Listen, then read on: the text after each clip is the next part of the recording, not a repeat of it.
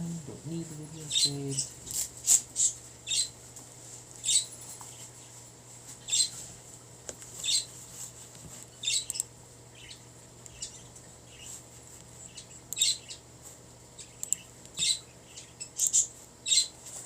Okay. Hope everyone is having a wonderful day. I certainly am. Great.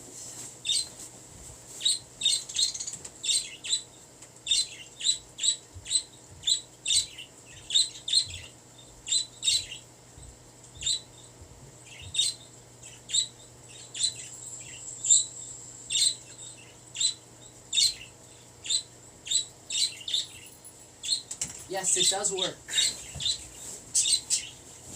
It's working. Hello. Yay, you can post comments. That's awesome.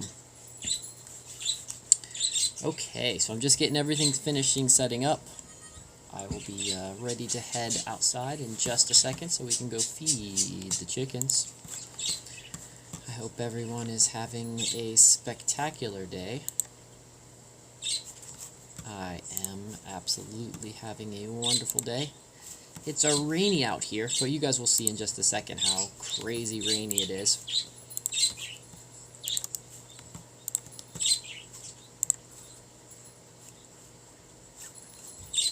So, the birds that you are hearing, I will show you guys, if you guys have not seen them yet. So we have a handful, we've got 2 cages full of parakeets.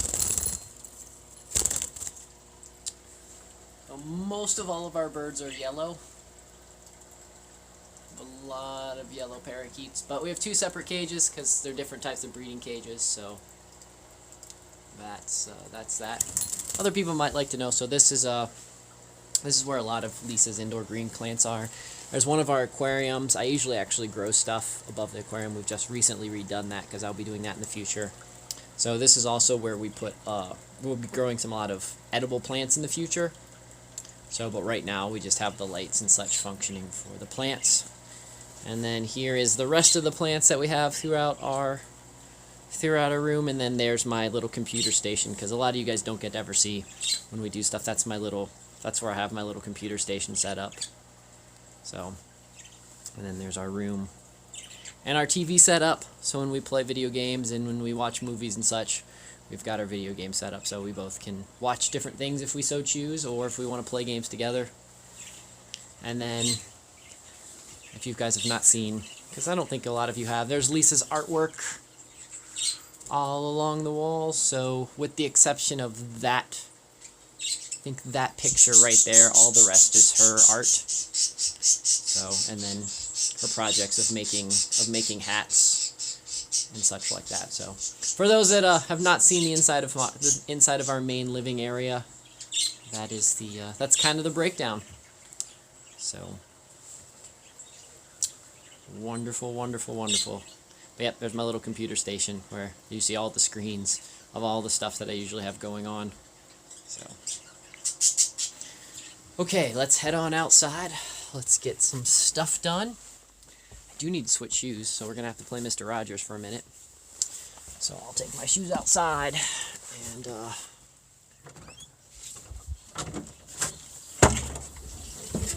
switch off. So,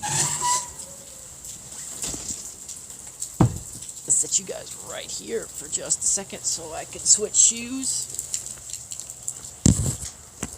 And while we're switching shoes, I can sing the song. It's a beautiful day in the neighborhood. A beautiful day for a neighbor. Oh, won't you be mine? Oh, won't you be mine? I have always wanted to live in a neighborhood with you. So let's make the most of this beautiful day. Since we're together, I might as well say, oh, won't you be mine? Oh, won't you be mine? Oh, won't you be My neighbor, won't you please, please won't you be, please won't you be my neighbor. Usually it takes about that long to get my shoes off and to tie up my boots, so it's actually a perfect song. I totally understand why he's done that, so. Okay, so let's head on down. It's raining, but temperature right now, it is 38 degrees.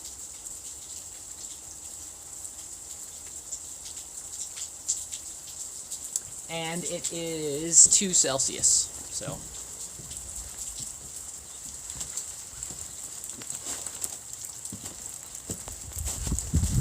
Yeah, the power lines, way too many power lines, way too many cell towers, lots of crazy stuff happening. So, it's funny, those cell towers vanished because of the fog. That cell tower right there, still visible. So be life though, even if it's all a stopgap. It's the opportunity that I have, and maybe in the future we'll be able to completely get, flat top completely off grid and generate all of our own power here and not have to worry about that, and buy that mountain, take down those cell towers, take down all that stuff, and take back control over what it was like here in the past. So, hello. So on this rainy, snowy, still snow on the ground as you guys can see, on this rainy day.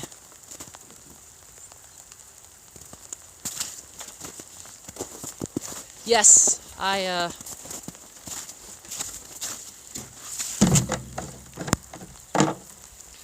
have faith that a positive spirit will do wonderful things to deal with us. Whoa, sorry about that, guys. To deal with us for all the craziness. Look at that, look at that, look at that.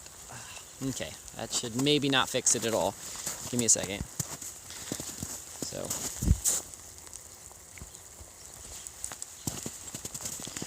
So I need to tilt the camera just a little bit more and play around, because the rain's going to hit the camera if I keep doing it the way we're going. So.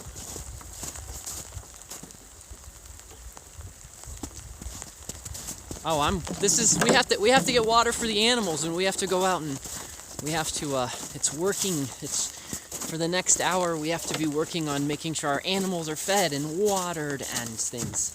It's not super cold. What did I say? It's 38 Fahrenheit, or I think it's about 12 C. So,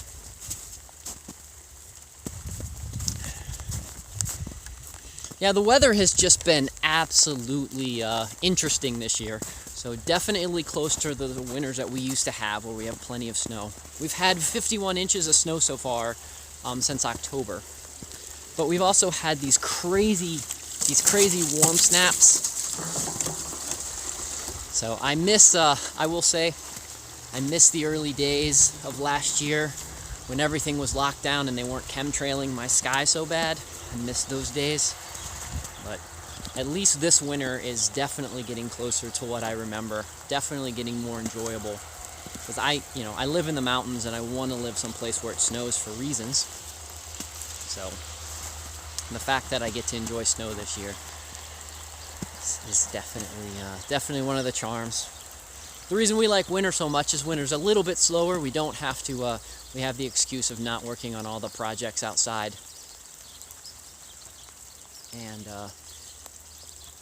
we go inside and work on some of our indoor projects, and I get stuff planning for future teachings in the spring and fall. Or spring, summer, and fall. Because we have the workshops, and I go around and do outreach programs. And teach a little bit about the farming, homesteading, gardening. It kind of varies depending on the crowd. Sometimes I get lucky and I get to teach about stuff that I find super interesting. Sometimes. So, but all in all, life is good. So how about you guys out there in internet land? What do you guys, I know we got some people from all along. How's the weather there? How's life treating you? And I think it's a Monday. I believe it's a Monday. I never really can remember what day of the week it is. We're going to call it a Monday because it feels like a Monday, and I'm going to guess it's a Monday. I have no idea the date either. Let's say 20-something. Yes, Monday, 20-something January. That's about as close as I'm going to get.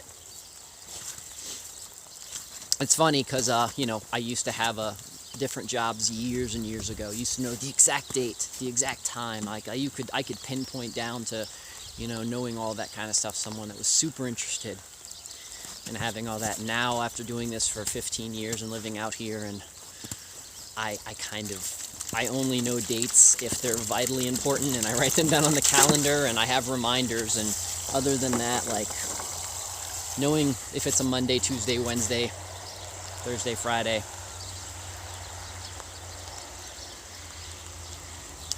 It's not really that important.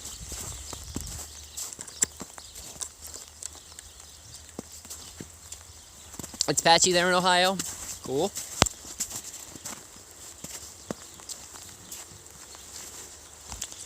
Hold on, give me a second, guys. I'm gonna have to wipe down the camera just a little bit. Okay. So, just in case it gets cold. So I'm going to show you guys a little trick just in case it gets cold. See how this is into the ground? You want to shake this, make sure all the water's out. You blow it till you hear some bubbles, and then you know that you've purged all of the water out of that pipe, and so it won't freeze. And the reason you don't want it to freeze is, I don't know if some of you guys have seen in the past, where I've been trying to get water, and it's been cold enough outside to freeze, and that water freezes plugs inside that, and then we have to go and find different ways to deal with water. So, you want this water here, Lisa? You want this one here? Okay. Thank you. You're welcome. Fair for all seasons. Thank you so much for the lemons.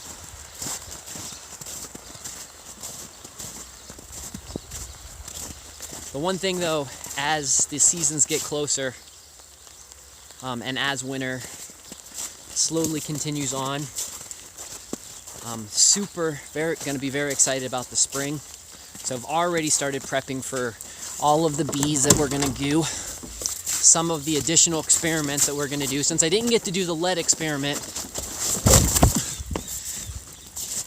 ice there, found it. Since I didn't get to do the lead experiment last year, we're going to definitely try the lead experiment this year. So what I mean by the lead experiment is we'll be wrapping around lead around all of the cages, or at least a few of the cages, to see if that can help out with the EMF, if that's the case. Go back to that halo, because both of my hands are full. I'm going to take this into the barn, and then I'll be able to wipe that down.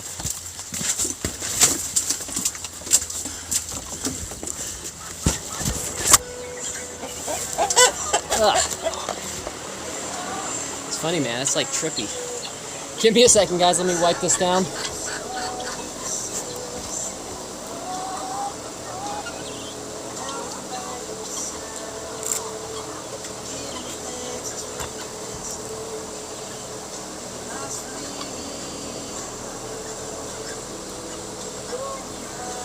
Okay. Yeah, the magic mushroom filter. Yeah, totally. Oh, absolutely. So here we are in the bunny bar, or here we are in the Kuppenheimer.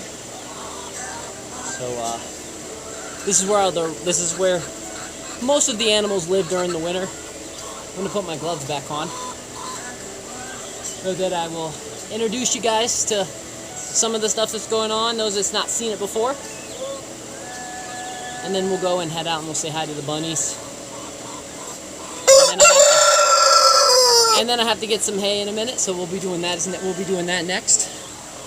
So what you guys see behind me is these are all of our modular cages.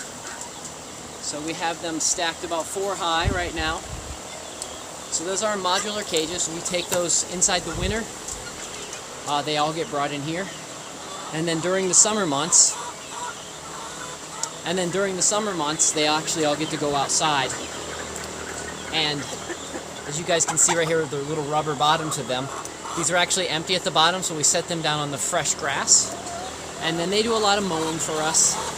They do a lot of keeping the ground maintained. But what the biggest thing that they do is they're building soil and improving the soil. So that just means that where I move them for a couple years, I put them there, the soil increases. Now I can start thinking about growing crops in those particular areas. So that is the main purpose of having the animals work with me. So yes, they do give me eggs, and they are just cool. They are just cool guys, and you know, are fun to raise and breed and to sell and such like that. But they also are awesome soil builders, and they work here on the farm to help rebuild and to help create really great soil. Because one of the things that you need if you're going to do farming, you're going to grow plants, is you need high quality soil. So rabbits, ducks, chickens, they do a wonderful job of that. So now Sylvia the pig, which we're going to go see her in just a second. She also does a great job of farm hands, but she does something a little different. She's actually the tiller, and she gets in there, and what she can do is she goes in there and she tills, and she levels out some of the flat places, and she makes some of the not so flat places deeper. And then she also is a pond builder. So pigs will get in there, they'll root down with their nose, and then they'll lay down, and then they'll lay down there, and they'll flatten it out, and then they'll squish it down with their weight, and they'll make really, really good places for ponds and such to form. So Sylvia's being smart right now. We'll spin the...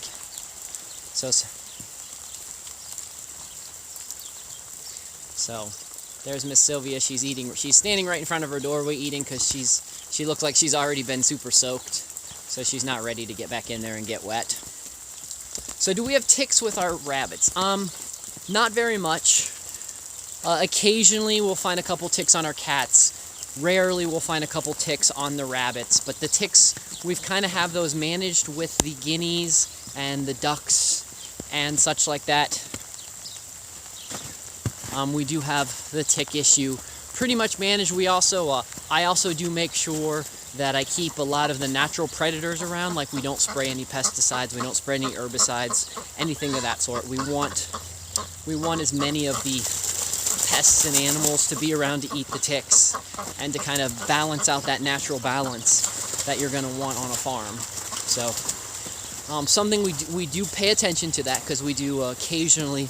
I think Lisa had one tick on her one time last year. So I don't normally get ticks on me. Something about, I don't know what it is, but usually I could have a tick crawl across my body and it will never try to bite me or burrow down. It's one of the, I don't know, I'm bit by mosquitoes all the time, but ticks leave me alone. So I don't know. Don't know why that is, but that's how that functions here for me. But anyways, regardless, we don't usually have a lot of ticks, which is a really good thing. So we're going to peek in here to the bunnies so you guys can check out the baby bunnies. So this is the bunny apartment, so...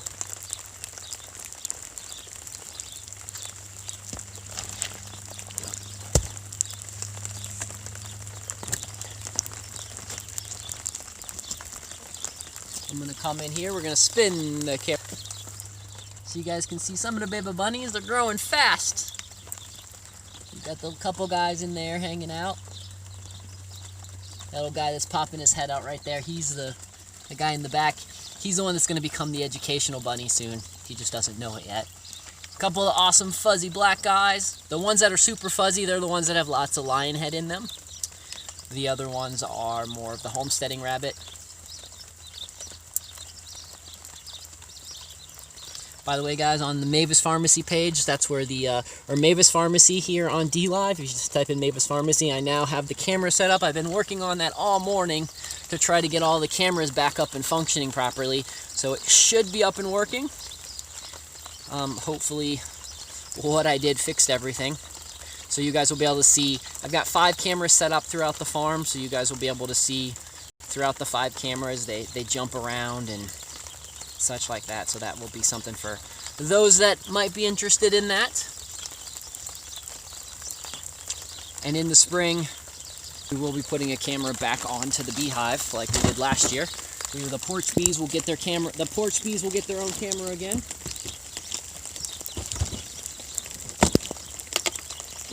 Because of course we will be adding porch bees back into the mix. So far, as of right now, out of the 4 beehives that I bought, I have one hive still left here on the farm. So that's the best we've had. That's the best we've had out of all the years that I've been raising bees here. Is having one go through the successful winter. So I did a couple little different tricks this year. We'll talk about more in the spring on the tricks that I did. So we can see if maybe that made a difference. So we can keep trying those tricks next year. And for those that are thinking about getting bees. But you know, some people said, well, you know, bees are pretty expensive, Doc, and you're not getting a whole lot out of them. But in reality, you know, I did get. I think we've established that I've got about 5 gallons of honey off of those bees, and you know, I still do have all the cages and then all the wax. And if you utilize the resources that the bees give you, even though it's really sad that you're going to lose them. They're still providing a high value to their farm. They're still adding you really high value to the farm, because you know their fertilization that they do, the pollinization that they do on the farm is absolutely worth just having those bees alone. Because what you're gonna spend in fertilizer and other stuff like that to try to get your plants to have high yields, the bees by themselves are going to ensure that more of your plants more of the blooms are going to turn into to viable fruit and plants. So that fact alone, even if you are dropping, you know, the $200 every year each hive, still absolutely worth it.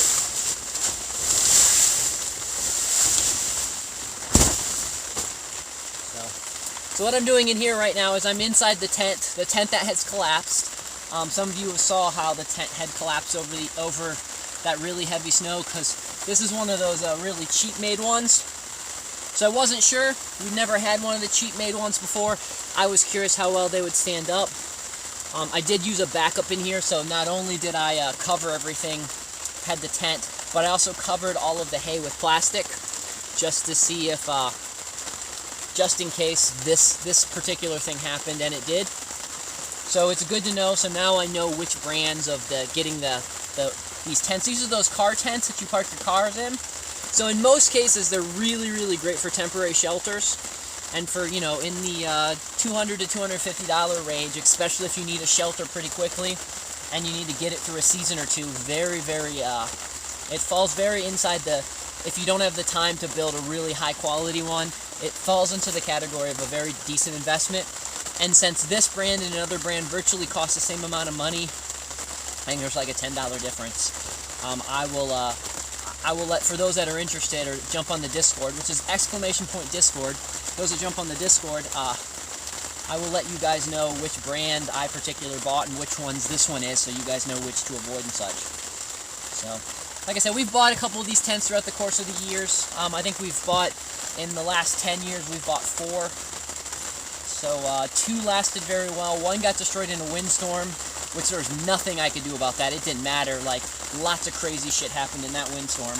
So not a whole lot that I could do about that. This one is just kind of weak. This one kind of was lame. The first even middle snow just kind of affected this one and kind of bent. Like, I don't know if you guys can see. We'll look down there if you guys see. See how right there, you can see how that rod right there by my finger bent? It just bent up. Yeah, pretty lame. So, whatever. I'll be able to repurpose all this metal for other things. So I can turn these into low tunnels. I can cut up this metal and then we'll repurpose it. So it's never a complete loss. We always try to repurpose almost everything that we have here, and there's plenty of ways that we've learned how to repurpose stuff. So it's just a shame. It's just a shame that it didn't withstand what I wanted it to. It didn't do exactly what I was hoping it was doing. It just would have been nice to have a nice alternative to some of those other brands that I got. But it's good to know. It's good to know the reviews, and that's why we do things here on the farm, is so we can try products, and then I can make suggestions to you guys if I think it's a good idea or a bad idea, since a lot of you are going to think about maybe getting into homesteading or taking your first step into the homesteading world. It's finding what we need to know and trying things out and letting you guys know if things work or don't work. So right now I'm just carrying some hay. So we're gonna put hay to all the bunnies and all the other guys. The first thing we're gonna do is we're gonna go into the handy run. That's where the other ducks live at the particular moment. So we're gonna put some hay, fresh hay down in there, because with it raining and such like that, having the extra fresh hay, they like to have nice, dry, warm places to come lay after they're done tromping around. Hey, after they're tromping around and such like that, they really like that kind of stuff. So, okay, so let me walk in here.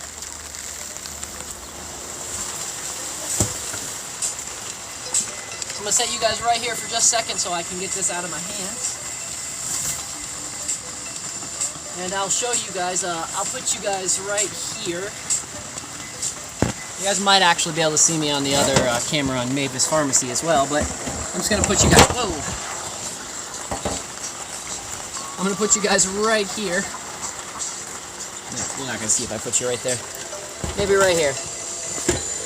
Good enough. You guys will get to see me right there, so what we're going to do is I'm going to put some hay down. So it's just, you get it down, you sprinkle it down.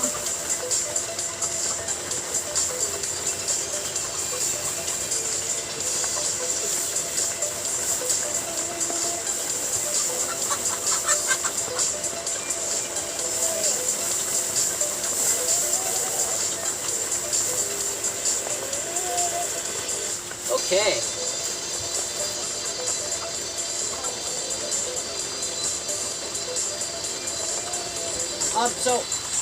So in here right now, I'll show you. So we've got some chickens. We've got he's our old retired guy. He's actually a really old Cayuga duck. We've got a Muscovy here, and then we have a handful of chickens that hang out here in the ducks. These are the guys. They chose to move in here with. These guys chose to move in here with the ducks. Oh, we also have a guinea right there. There's a guinea right there. So this was the duck barn where the ducks were living, and those guys decided to move in here with the ducks, and so we're just like, okay, if you guys want to live in here, that's great. So a lot of times we let the animals, if they want to choose to live someplace that we think suitable for them to live, we let them make the choice. So what this is this is actually, it's really interesting. This is one of those this is one of those kits that you can buy from like the store, and all we did is we just modified it. We put in a better quality roof, we put some plastic on the outside, and then we put wood around the outside, and this does a really good job. It stays actually really warm in here, especially since we coated it and we wrapped it with greenhouse plastic, and it got so warm that we actually had to put an exhaust fan like you do a greenhouse in here, because if we didn't have this exhaust fan, it was getting into the high 80s in here, even though it was absolutely frigid outside. And I have no heater. It was just from the sun and the body heat of the animals. So, and that sounds good, but in reality, when it's really cold, you don't want the animals to go through that much of a temperature drop. So putting the exhaust fan levels off the temperature so that it stays just a nice constant temperature. And then the exhaust fan, what it also does is it keeps it so that the humidity level doesn't get too crazy high in here. So it's something I've learned out of having barns and having animals. It's having good exhaust fans is something you really want to have in all of your barns. And again, this was just a this exhaust fan is just a high velocity. It's just a high velocity exhaust fan. It was very inexpensive. I think it was like $12, and I just stuck it up in the windowsill and I just leave it on most of the time. I'm gonna put a temperature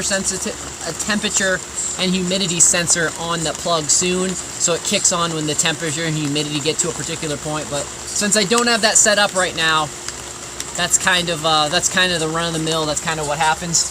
And then we just have these cheap little LED lights. This is just a little very simple outdoor plastic. I can change the color of these, but this produces just enough light so that these guys have a little bit of light here in the at night, but not so much that it keeps them awake and so that they can't sleep. And the way I've checked that is I have some different types of cameras. I have a UV camera and a thermal camera, and since chickens have different eyes than we do and they can see different, I just wanted to make sure that it was kind of more like a twilight in here and not like a bright daytime. So,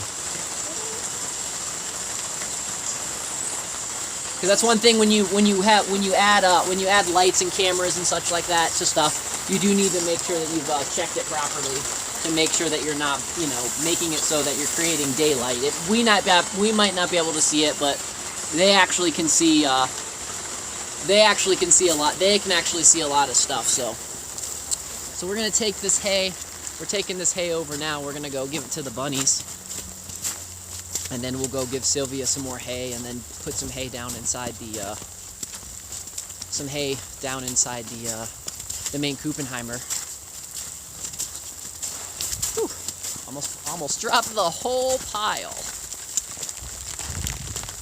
Pop this guy's here. I'm gonna sit you guys right here for just a second while I open this up. Unfortunately, I've yet to figure out how to get a GoPro to work with these programs and such.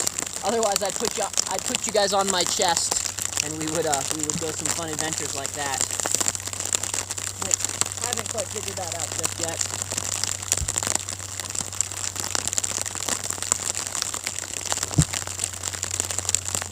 It's all about trying to play around with the experience and seeing what kind of cool stuff I can do, but still make sure that I'm still getting all of my chores done, because fundamentally that is the most important thing I have to do, is making sure all the chores are done, that all the animals are fed and watered and doing whatever I'm supposed to be focusing on.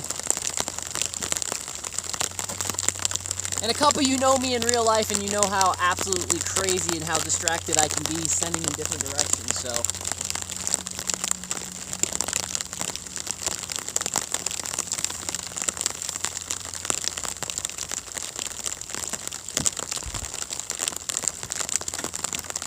only 2 more guys, and you'll be able to see me again because I'll wipe off the camera.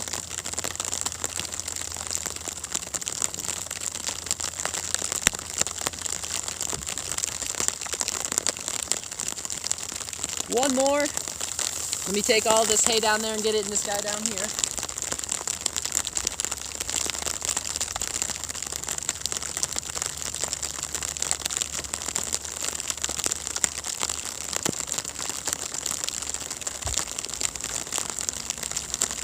Okay.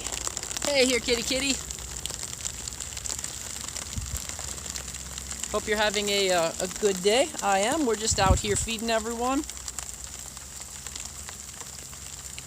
Since you're here, kitty kitty, I will spin the camera around for you, because you haven't got a chance to see Bunnies yet today.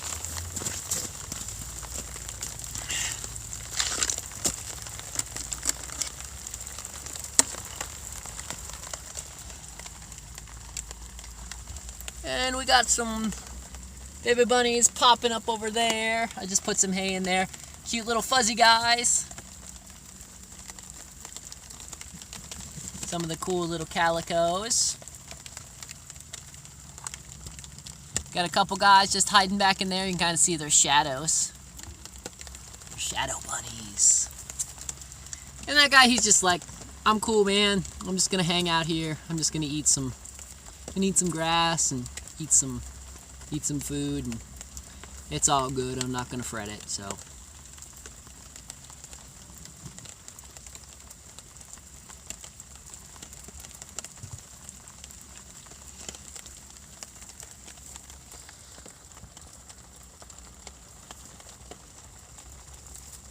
There, kitty kid, I think this is your favorite one. I'm not sure. There's two fuzzy ones, but this is one of the cooler fuzzy ones, so.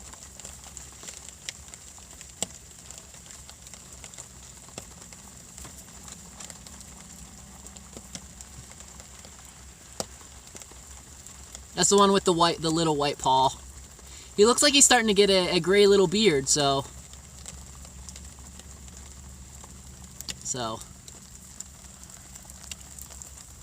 Or a gray little mane, I guess I could call it. I guess it wouldn't be a beard, it would be a little mane.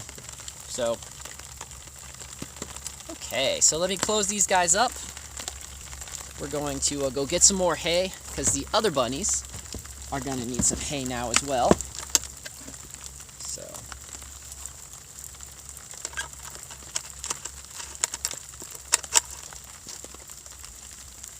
You know, guys, I think I mentioned before, thank you here, kitty kitty, for the ice cream.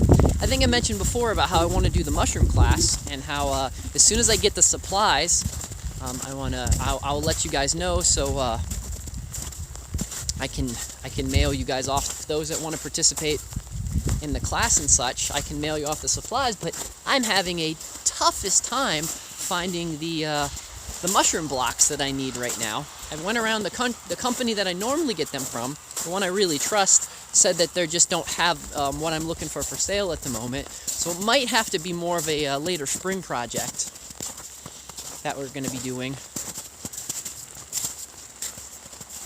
Because I think that's a little trick I want to start in the future, is for those that want to participate, I'll get your contact information, and I can send you off the supplies, and we can either, you guys can either walk through a stream, or we can meet up in some type of like video chatting room or something like that, and then we can go through and we can do the seminar and we can do the workshop that way.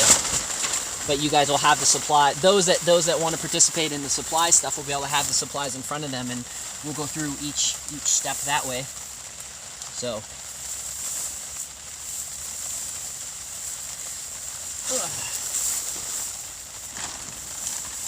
Okay, so this should be enough for the next rabbits. We're gonna go to the bunny barn.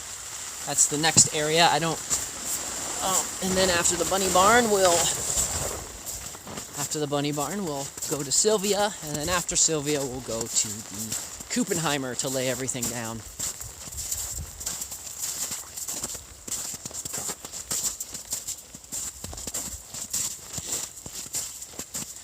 I might, if anybody's super interested, we might do I might do a seed seminar, a seed soil seminar class. I can make sure that I can tell you guys what supplies to buy.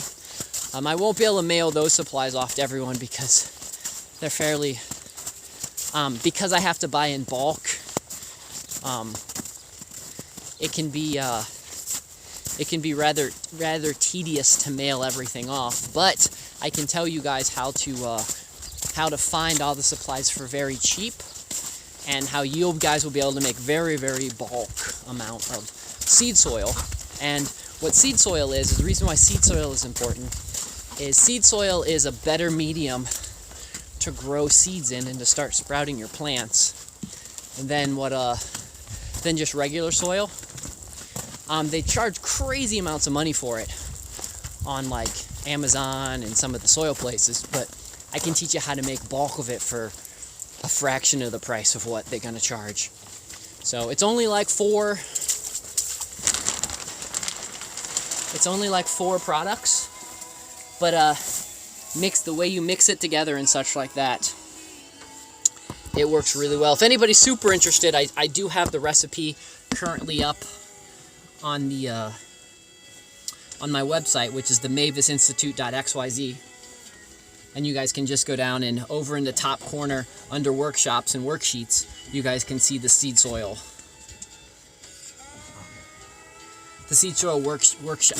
worksheet there. But what I'd like to do is I'd like to digitize my seminar, because I actually have not done that. So I've taught the seminar a handful of times, but I've never recorded myself teaching it, or I've never actually just really had a recording of it down. So I will probably do that. That way I can easily have something to share for people that will want to do it if maybe I'm not around. Also, might be other things that you guys might want to teach. If you guys are into teaching other people skills and you want to have other people skills, you can either take my paperwork and pass it along, or you can edit my paperwork so it's tailored to what you guys want, and then you guys can teach. You guys could then go out there and teach the seminars to all the people. Oh, by the way, guys, I don't know if I mentioned this before, but if you've not, all my stuff, like anything that you see on my website, like the Mavis Institute.xyz, you guys can do whatever you want with that. That is, there's no copyright to that. It's open sourced. The idea is for you to do, if you need to edit it and you want to take out everything that says Mavis Institute and you want to make it your own, please go ahead and do that. The idea really is just to spread the knowledge, and I just organized it easier for me. And you guys, that's data that I've researched, so you guys can do whatever you would like with it. If you want to copy it and you want to teach a class, or you want to copy it and you want to do something with it, great. The more of us that are out there teaching people stuff and doing stuff, the better it is.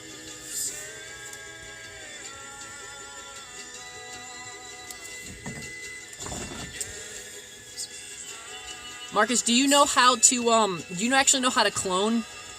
If you know how to clone, tomatoes are really easy to clone, and a lot of times I'll actually clone tomatoes throughout the course. I'll keep them growing throughout the course of winter, and then early spring I'll start cloning them.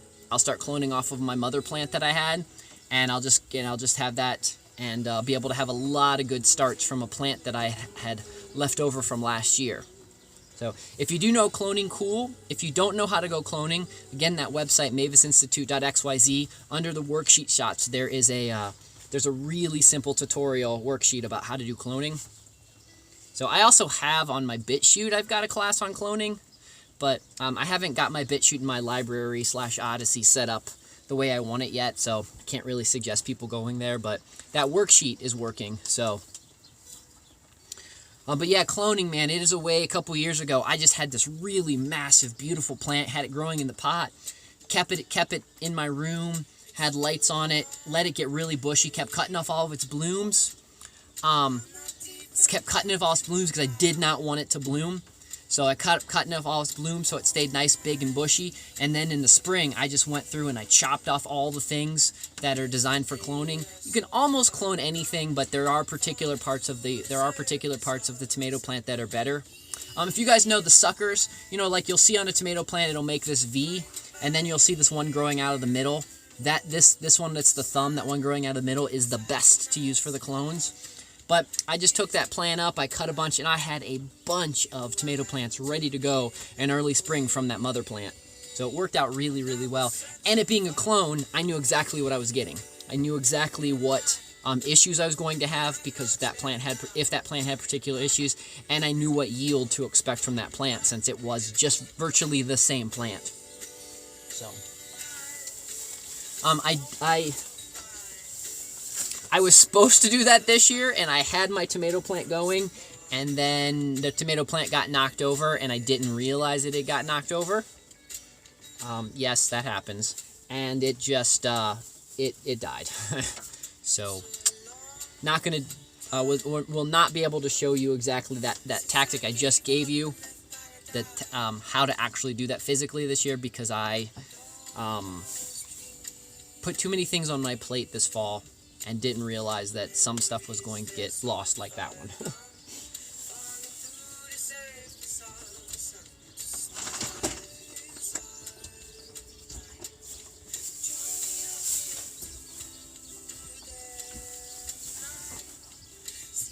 And I don't know if you guys know this, but I am actually a master gardener. So I do have my certification to be a master gardener, and I am a permaculture designer. I did get a PDC, so I'm a certified permaculturist as well. And so any guys, if you have any questions about stuff like that, let me know. The other thing though is most people don't realize, if you have a very strong regional question about gardening and plants and soil, you can actually get a hold of your local extension office. Just type in the name of your state and type in extension office, and you can get a hold of your local extension office, and they'll be more than happy to answer questions. And since they specially know your particular area, they'll give you really great advice. And now some of it is a little, they still, some of the places still think it's okay to use Roundup and such like that, but 90% of their advice is spectacular, and you should absolutely, you should actually take advantage of those services the extension office has. And if you don't know what I'm talking about, the extension office is also the ones that run like the 4-H and such like that, so you can actually contact them through that way as well, and they can really help out with regional plants. Where I'm pretty good with most plants in all over places, but in a lot of ways, there's just a lot I don't know. Yeah, here, kitty, that's the only problem. That's my biggest qualm I have with them, is that they still believe a little bit in traditional ag when it comes to using Roundup and such. So that's where me and them butt a little bit of heads, as me being a permaculturist and being someone who doesn't use any artificial. I don't use anything not natural. And actually, there's a lot of natural stuff that can be just as harmful for yourself and your plants as well. So what I try to find is something that would occur in your situation of what you're doing. So something that you can do that's not going to hurt you, that's not going to hurt the plants, that's not going to decimate the soil. So, I mean, I can tell you guys a quick little trick to get rid of a lot of plants, but it isn't necessarily best for the soil. It's easy to fix, but it will kill a lot of other plants as well. But if you have a bunch of plants that you need to be killed real fast, white vinegar, white vinegar, spraying it on the soil. You don't even have to spray it on the plant, just spray it around the soil. It'll actually change the pH of your soil, and you'll pretty much, most plants need a particular pH range, and putting a lot of that down will change the, like I do that with our walkways out front when I don't want the plants growing between the cracks, and I don't want to pull it up or that kind of stuff. I'll put a bunch of I'll get some really white vinegar and just 100%, I don't even water it down, 100% white vinegar between those in a short period of time. It changes the pH of the soil, and then those plants die. So that's one way. But again, you are changing the pH of the soil, so you run the possibility of harming other plants that you might like. But it's just changing the pH of the soil, and it's not putting any toxic chemicals or anything down. So, but that's an example of something natural that you can use, but can also have a negative reaction in return. So I'm gonna get some more hay to these guys in here.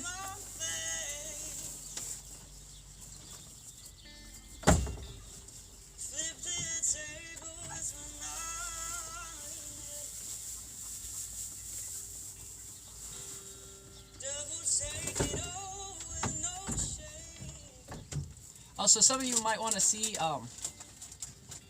just a second.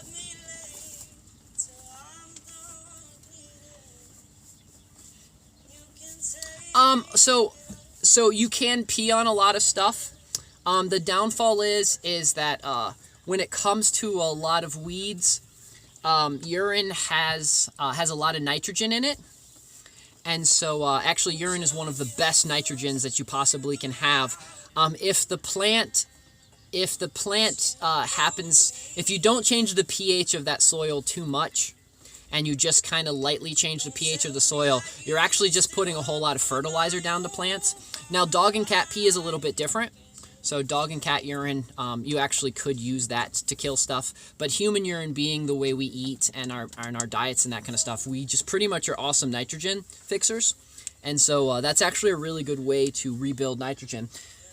And actually, so this is going to sound, even if this sounds sexist, actually male urine is actually a little bit better for fertilizer than female urine.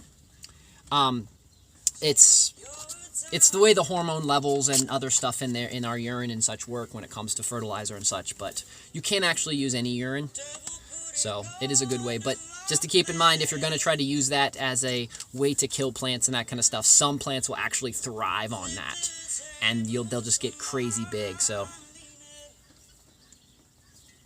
yeah, with the nitrogen, anything like a plant like that that wants a lot of nitrogen, that does a wonderful thing. Actually, a really good way to make I've made an exoponic system. So it's kind of one of those emergency backwoods, like you don't have access to fertilizer, you live in an area where you don't that. And exoponics is where you use it's 80% urine, 20% water, and you do it in like a closed loop system, where you are doing like an like a aquaponic type system, but you're going to use urine instead, and you do a closed loop system, and 80-20 is pretty much the mix for that. And for a lot of situations, it'll make most of your plants grow very, very well. So, hence the reason it works well with pot plants and such like that. So here's a little cheat sheet that we have. So this is just the chores that we have, the daily chores broken down. The colors refer to the days. The chores are here. This is just like a quick little cheat sheet for folks that want to know about what we're going to be doing here in the barn, or when we get interns or other people, what me and Lisa do on a fairly regular basis. So I've been remaking all of these. These will all be available to download for yourself on the websites. So if you guys want to make these for your own chore list. But yeah, just doing these to try to make everything a little bit easier and step by step. Because one of the things is, I realize that I have a lot of great ideas in my head, and I just do a lot of stuff naturally. But if I don't write them down, like there may be a day that I'm just really sick and I can't explain everything I do throughout the course of the day. And so we won't know, it'd be hard to describe that to somebody that's brand new if it happens to be a day that I'm sick. So I thought I'm in the process of starting writing down all the steps of everything I do, start documenting them so that there's things in place. So I'm going to be doing video, paper, and maybe even audio, just because depending on the way people learn, I think it's just best to try to have everything available for them. So, yeah, I'm on the process of giving everybody hay right here.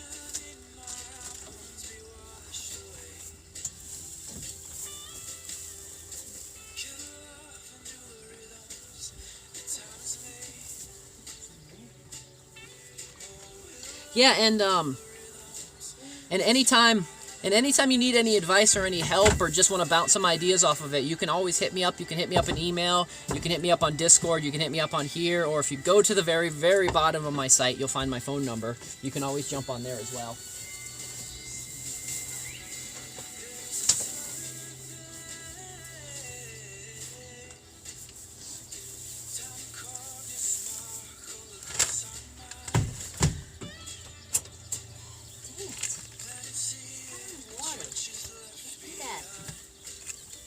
You can close that up.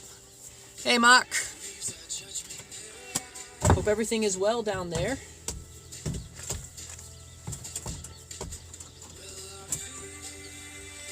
Can't wait to see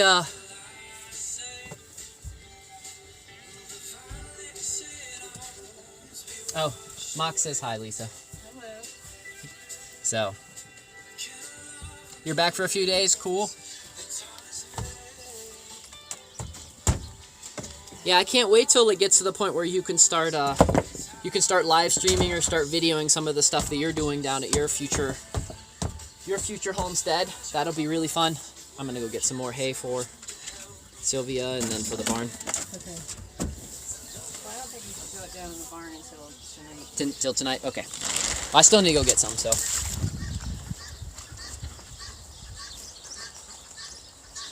You got a money making for me? Great. I hope it's passive income. I hope it's not a lot of work.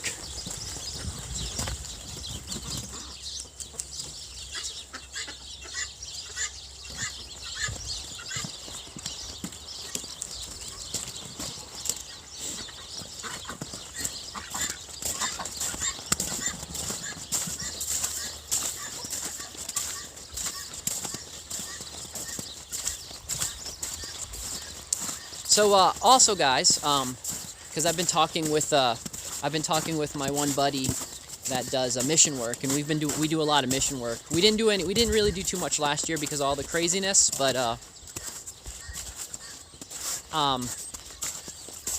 and we've been talking about how doing some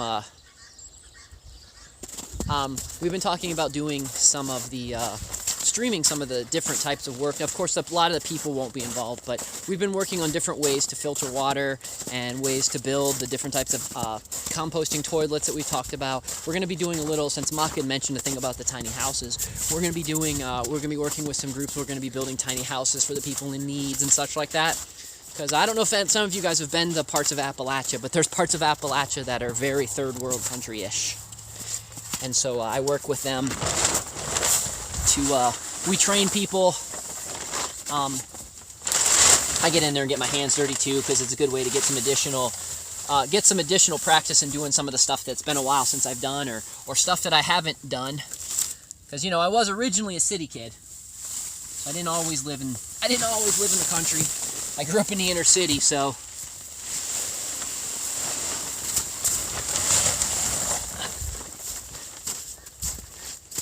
sometimes there's skills that I just don't know how to do, and so being able to go out there and help people and practice at them are great things to do. So we've been talking with him about doing some streaming about some of those and showing some of the tricks that he knows and some of the tricks I know, and then maybe have the videos that we can give to the folks that we're doing this stuff for them. So just kind of how they do in some of the African countries and such, is that you teach a handful of people how to do it. So, and then you give them all the tools and the tricks to do it, and then they train all the other people around. And so it's that teach a man a fish type of concept. So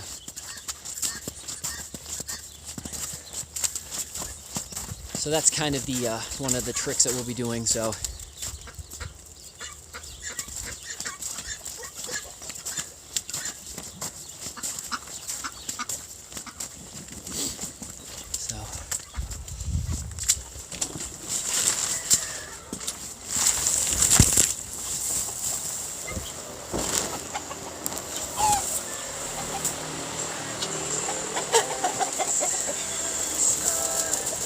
okay, that should be enough hay in here for these guys. Now we're going to go get another bale of hay. So we're going to go get another bale of hay for another quarter bale of hay for Sylvia and those guys.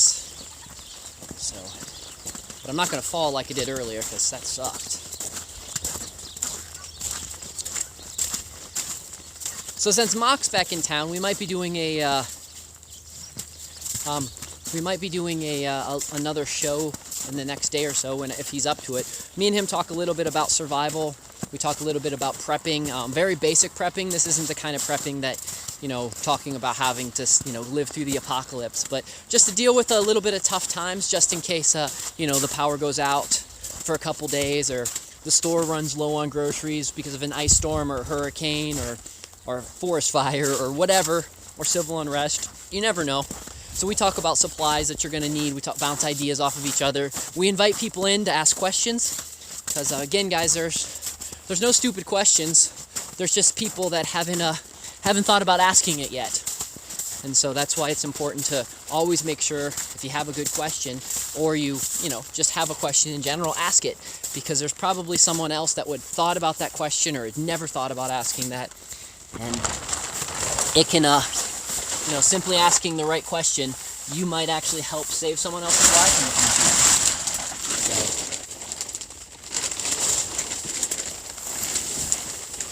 at least that's the way I look at it. If I've got questions, I always just ask. So.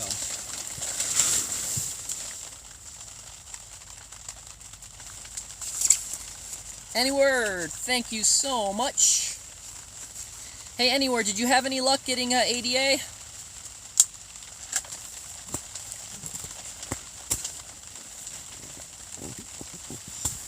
Yeah, the internet is probably one of the most amazing tools ever, so.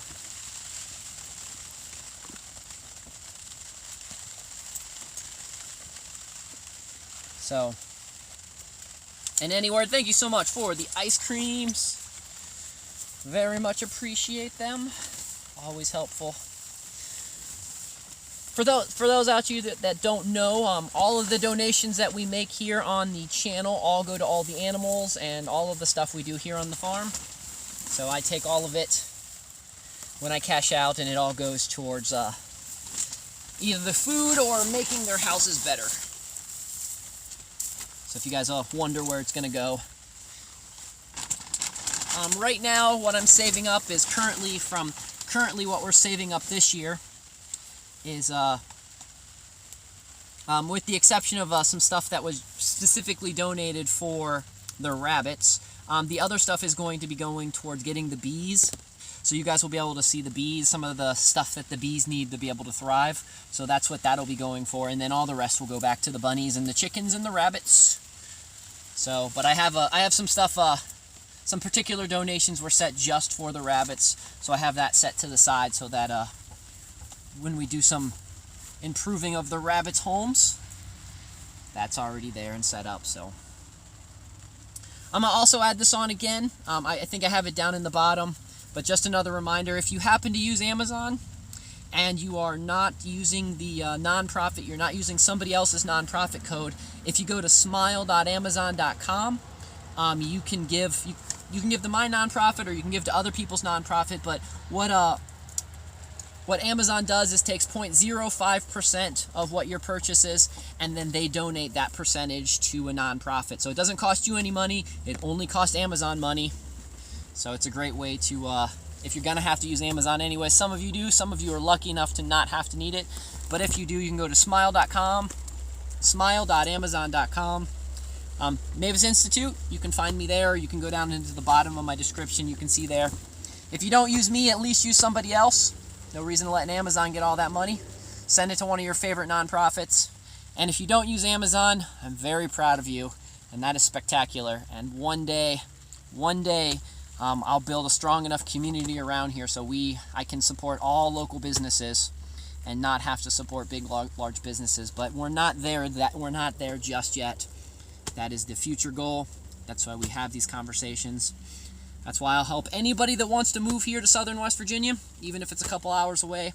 If anybody needs any help looking at property, knowing the different people that own the property, anything like that, I will take up my time and I'll help you guys and such like that. So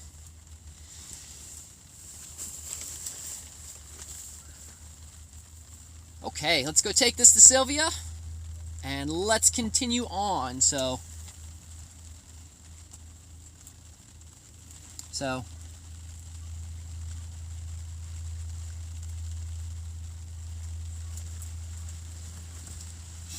okay, let's travel on and continue on. So yeah, Marcus, unfortunately, a lot of my favorite small places actually closed.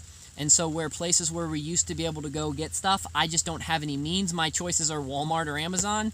And Walmart half the time doesn't have anything down here. And so when it comes to some stuff, I have to go, like my only choice now is Amazon. So they really kind of mess things up around here. So I'm hoping once things settle out a little bit that some of the small businesses somebody else might try to jump into the need and try to fill that void.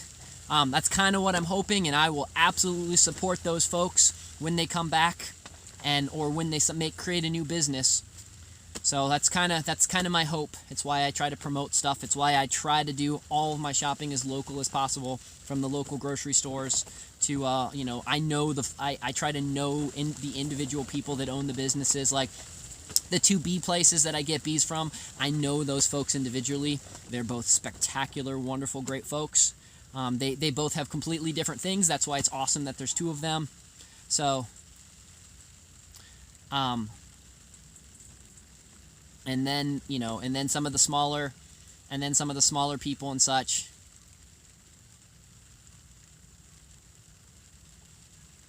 So, just trying to figure out how to help them.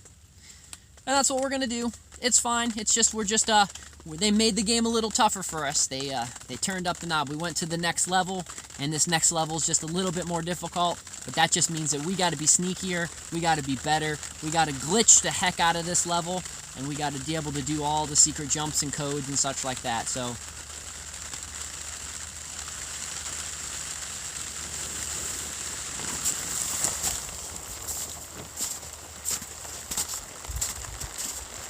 Okay, so I got some hay we're gonna take to Sylvia, and as you guys see, it's all we got. I have to brush off my camera. Let's see if I can get that done right. We're walking here. Okay. Smartphones are not really designed for rainy, cloudy days, foggy days. I don't know if you will. As soon as I drop this off to Sylvia, we're going to walk up to the field. For those that's watched the channel many times, you know what to look for. I just want to show you it's one of those nice days that the fog is absolutely rolling in crazy again. So, yeah, we're getting to the point where it's one of my favorites. So.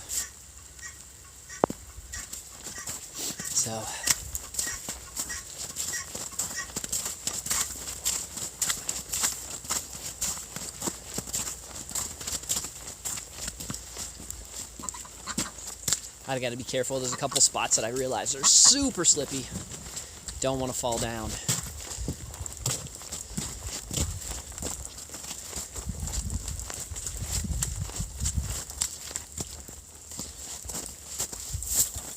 So I'll show you guys what I do. Just toss. Get yourself a nice good fleck of. I try to just toss it right there. Make it easy for her so she can just pull it right in.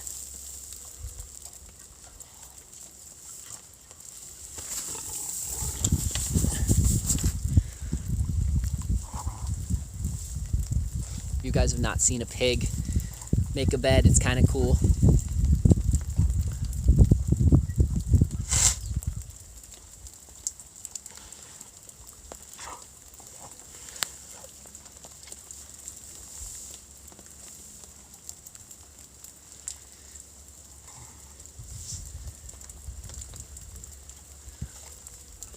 What's also crazy is she'll end up, if it gets really cold, she'll just pile it all up there in front of the door. We got one more big piece for you, Sylvia. Oh, sorry. I scooted that one over, but she'll still get it, so.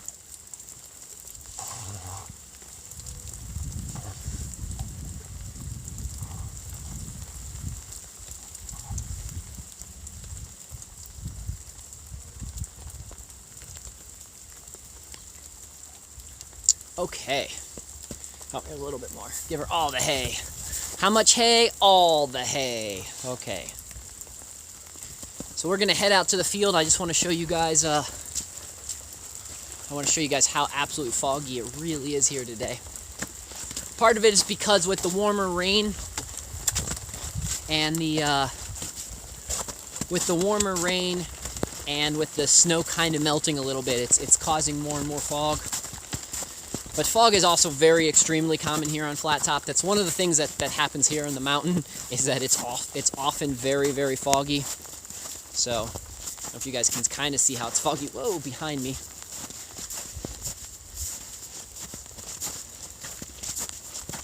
If it wasn't so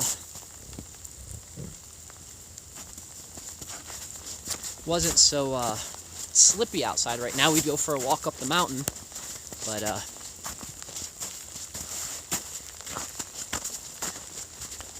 it is extremely slippery. It's there's like an ice, because what's happening is it's got cold overnight, so underneath the snow or right by some of the snow, there's an ice level. So let me spin the camera around. So if you guys can see how you guys can normally see the building down there, and you can normally see the roads, so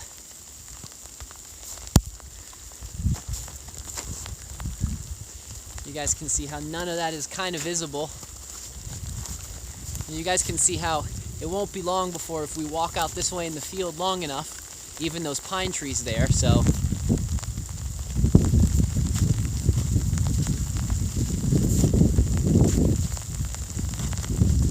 We can pan up this way. Try to swing up this way so you guys can see.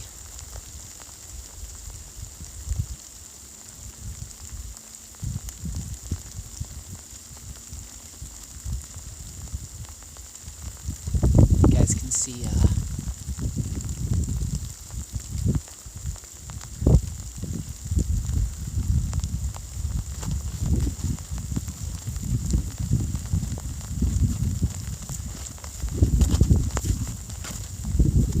Yeah, it definitely has that spooky feel to it.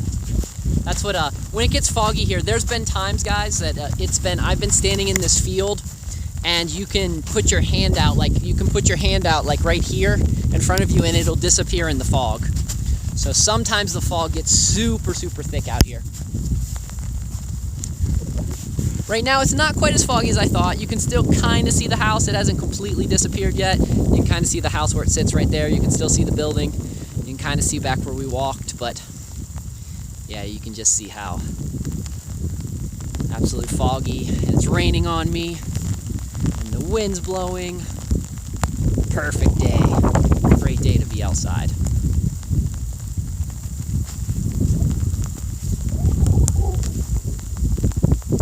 I like rainy days though, so I'm a fan of the rain. I don't mind standing in the rain, especially if I've got enough stuff so I'm not getting super cold. Like, I'm not getting cold right now. I bundled up knowing the idea of the rain. Like I was telling you guys, I've got the snow pants on. So our snowboarder pants on. So they do a wonderful job of not letting water penetrate into my next layer of clothes. So I can wear these. I think that these guys I can have for about 8 hours outside in the rain and outside working on stuff before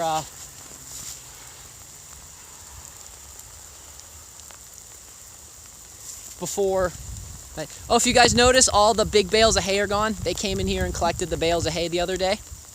So all the bales of hay are gone. So it's ready. It'll be ready for spring for us to start getting hay again in the spring. So we're going to start heading back.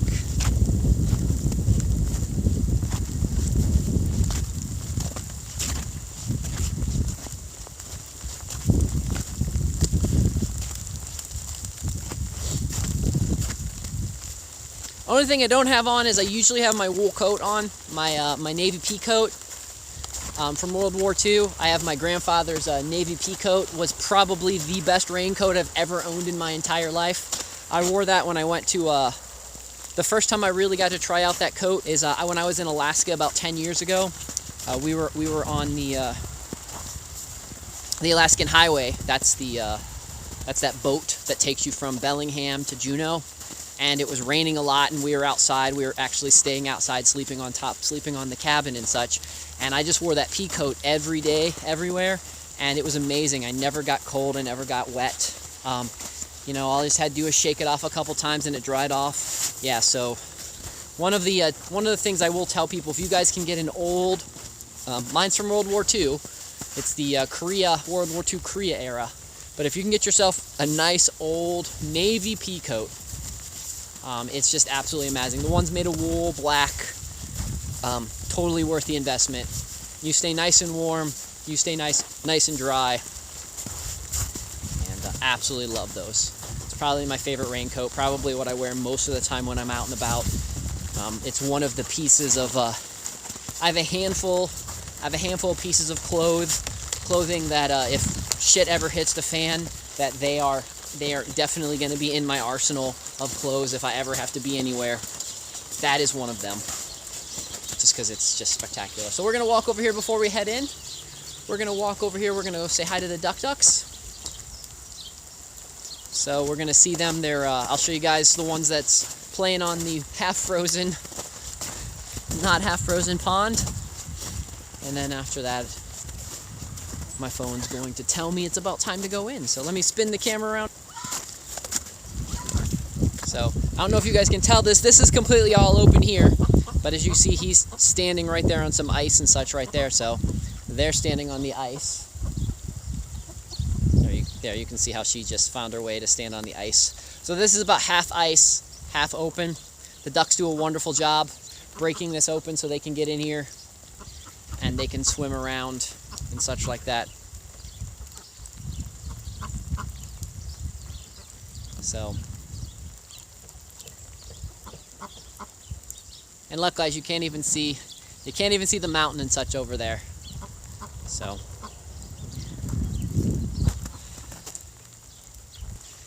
okay, guys, well, I think I'm gonna head in now. So, if anybody has any additional questions, make sure that you can always hit me up on !Discord. If you don't use Discord, you can send me an email. My email's in the section below. If you don't do either of those and you want to give me a call, you have to go to my website, and you can scroll down to the bottom of my website, and you can find my number that way. When the spring comes, I hope some of you might be able to make it out this way and come see me. So,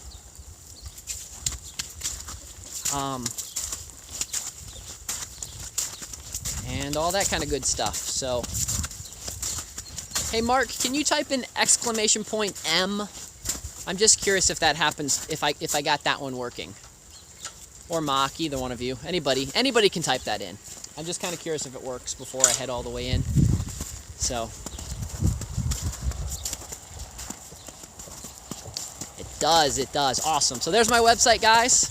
MavisInstitute.xyz. Here, kitty kitty. It was good seeing you. It was good seeing everybody, all the new people. Thank you guys for swinging in. All those lurkers, thank you for just lurking and hanging out. It was good to it was good to see all you guys. And we'll be doing this again. We'll be doing this again probably tomorrow. And anyways, guys, have a wonderful rest of the day, a wonderful evening. And Sadak, Justin, Baron, whatever you'd like to call me, have yourself a wonderful rest of the day. Until tomorrow, adios.